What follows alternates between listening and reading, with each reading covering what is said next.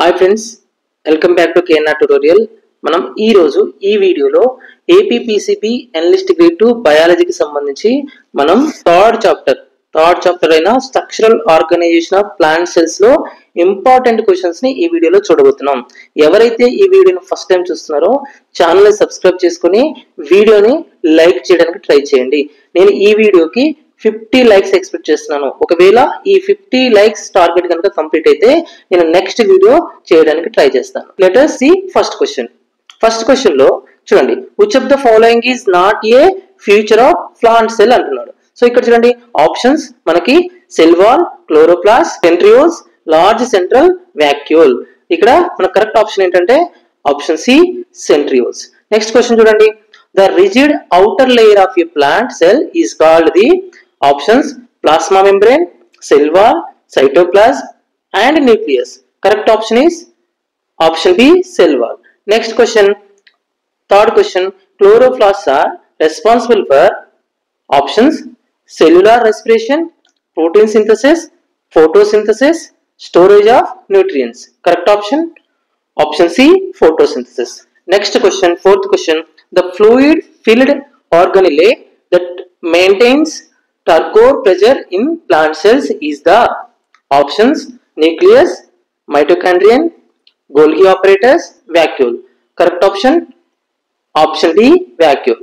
Next question లోకి వెళ్ళే ముందు ఒక చిన్న అనౌన్స్మెంట్. మనకి ఏపీపీసీబీ ఎనలిస్ట్ గ్రేడ్ 2 కి సంబంధించి బయాలజీకి మనం మెటీరియల్ అందిస్తున్నాము. ఇందులో మనకి ఒక థియరీ బుక్, నెక్స్ట్ ఒక ఎంసీక్యూ బుక్ ఉంటాయి.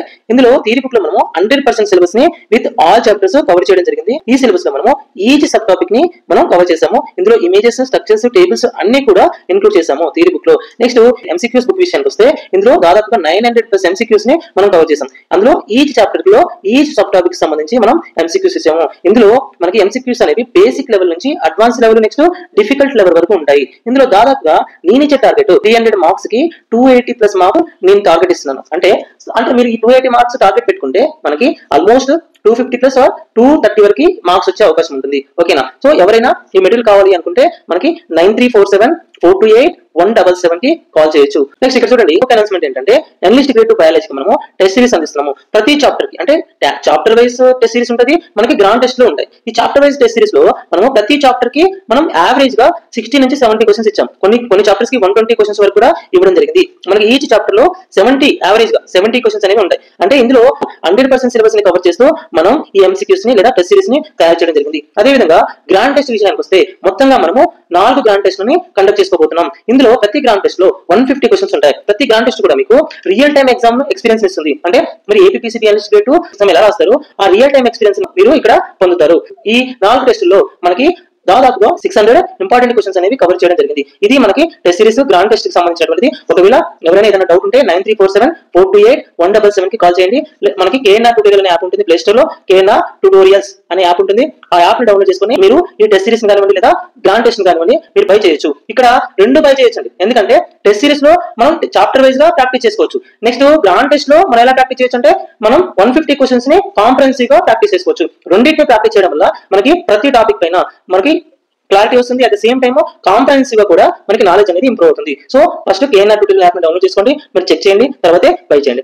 Next question, fifth question, which of the following is the site of protein synthesis in plant cells?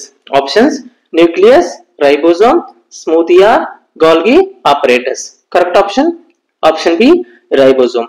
Next question, sixth question, the double membrane surrounding the nucleus is called the options nuclear envelope, plasma membrane, tonoplast, cytoplasmic membrane.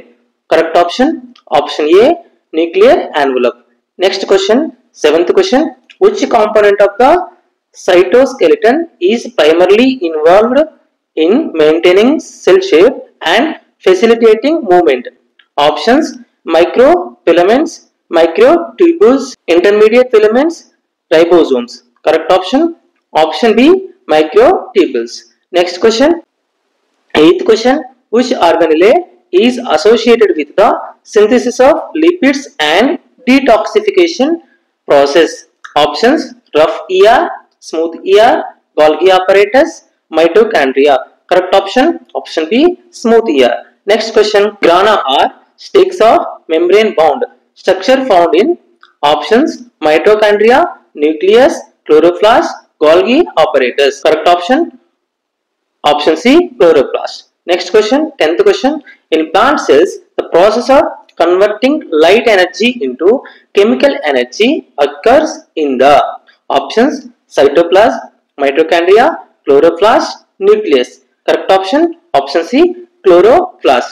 Next question, which of the following structure is involved in the modification, sorting and packaging of proteins and lipids? Options ribosome, Golgi apparatus, smooth ER, lysosome.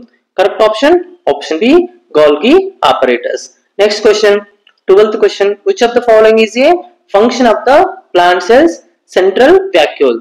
Options photosynthesis, protein synthesis, storage of waste products, DNA replication. Correct option C, storage of waste products.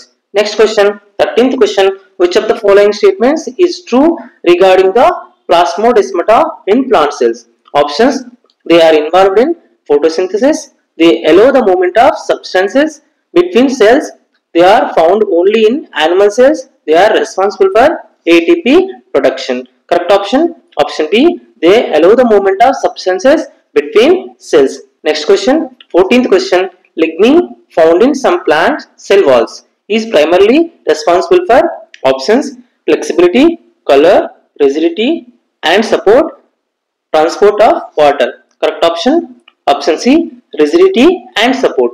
Next question, what is the main function of the plasmodesmata in plant cells? Options photosynthesis, storage of water, transport of nutrients and communication between cells.